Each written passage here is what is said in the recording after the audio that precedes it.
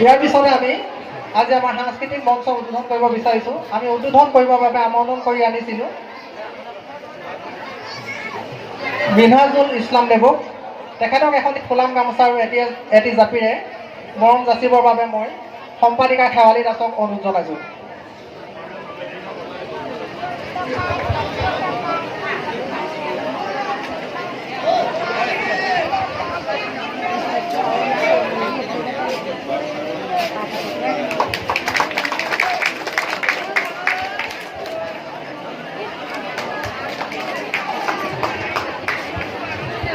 এতিয়া আমি মিনহাজুল ইছলামক আজি আমাৰ সাংস্কৃতিক মঞ্চ উদ্বোধন কৰিবৰ বাবে অনুৰোধ জনাইছোঁ।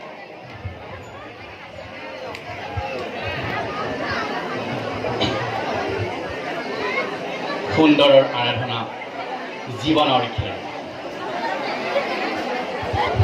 পৰম শ্ৰদ্ধাৰ আজিৰ ৰঙালী বিহু সন্মিলনৰ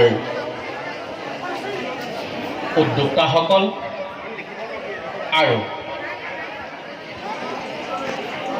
পলাশনিবাসী ৰাইজৰ লগতে বিভিন্ন প্ৰান্তৰ পৰা অহা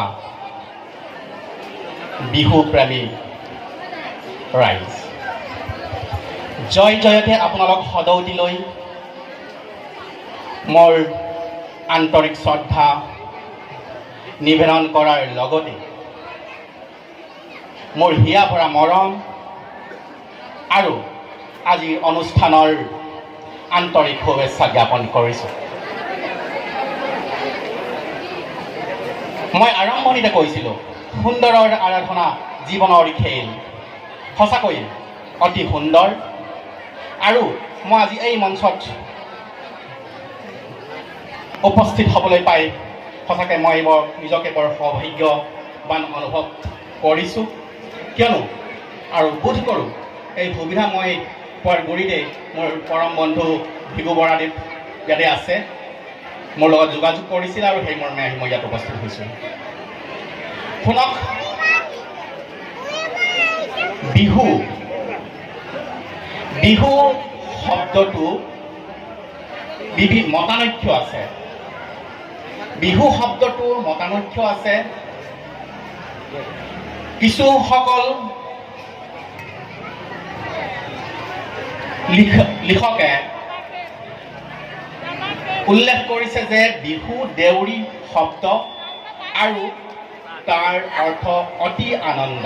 বিহু শব্দৰ অৰ্থ অতি আনন্দ।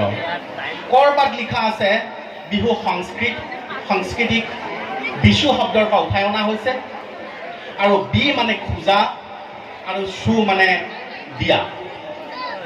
গতিকে মই আপোনালোকৰ সময় নষ্ট নকৰোঁ।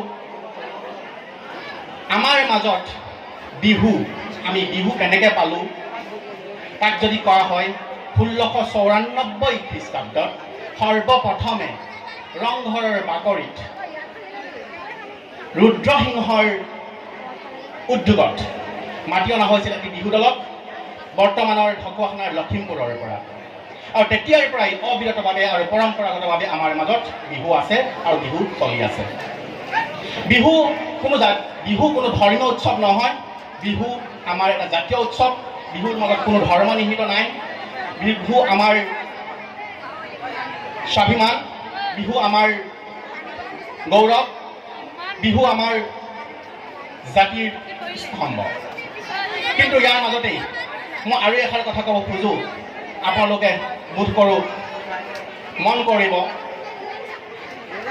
মোৰ শ্ৰদ্ধাৰ ৰাইজ মন কৰিব, 0 এটা হোল নম্বৰ আৰু 1 এটা নেচাৰেল নম্বৰ, স্বাভাৱিক সংখ্যা। আমি 1ৰ আগত যদি 0 ব্যৱহাৰ কৰোঁ তাৰ অৰ্থ একেই হয়, আৰু 1ৰ পিছত যদি আমি 0 ব্যৱহাৰ কৰোঁ তাৰ অৰ্থ 10 হয়। গতিকে মই এইটো ক'বলৈ নাযাওঁ যে আপোনালোকে পশ্চিমীয়া সাংস্কৃতিক ব্যৱহাৰ নকৰিব, কৰক, কিন্তু মনত ৰাখিব নিজৰ স্বাভিমানৰ আগত বহাই নিদিব। নিজৰ স্বাভিমানৰ আগত বহাই দিলে আমাৰ মূল্য একেই হৈ থাকিব। মই বহু জেগাত যাওঁ, মোক নিমন্ত্ৰণ কৰে, মই সকলো জেগাতে এই কথা কওঁ, যদি পশ্চিমীয়া সংস্কৃতি লৈ আহে তেতিয়াহ'লে আমাৰ মূল্য 10 হ'ব। গতিকে মই দেখা পাওঁ প্ৰায় বিহু মঞ্চত কি কৰে, আমাৰ বিহু নামক কি কৰা হয়, বদনাম কৰা হয় কিছুমান পশ্চিমীয়া নৃত্যৰ জৰিয়তে। গতিকে আপোনালোকক কাটৰভাৱে অনুৰোধ কৰিছোঁ যাতে এনে নহয় আৰু আমাৰ অসমীয়াৰ স্বাভিমান, আমাৰ অহংকাৰ, আমাৰ গৌৰৱ, অসমীয়াৰ ওপৰত কোনো ধৰণৰ চেকা নালাগে।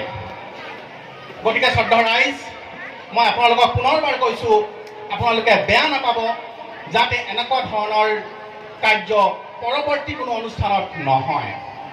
আৰু এতিয়া পুনৰবাৰ মই কওঁ, সঁচাকৈ মই বৰ সৌভাগ্যৱান, আজি উদ্যোক্তাসকলৰ তৰফৰ পৰা মোক মঞ্চ উদ্বোধন কৰাৰ দায়িত্ব অৰ্পণ কৰাৰ বাবে মই আপোনালোকৰ আগত আনুষ্ঠানিকভাৱে মঞ্চ উদ্বোধন কৰা হ'ল বুলি ঘোষণা কৰি আপোনালোক সদৌদিলৈ মোৰ সশ্ৰদ্ধ প্ৰণিপাত নিবেদন কৰি মঞ্চৰ পৰা বিদায় মাগিছোঁ। ধন্যবাদ।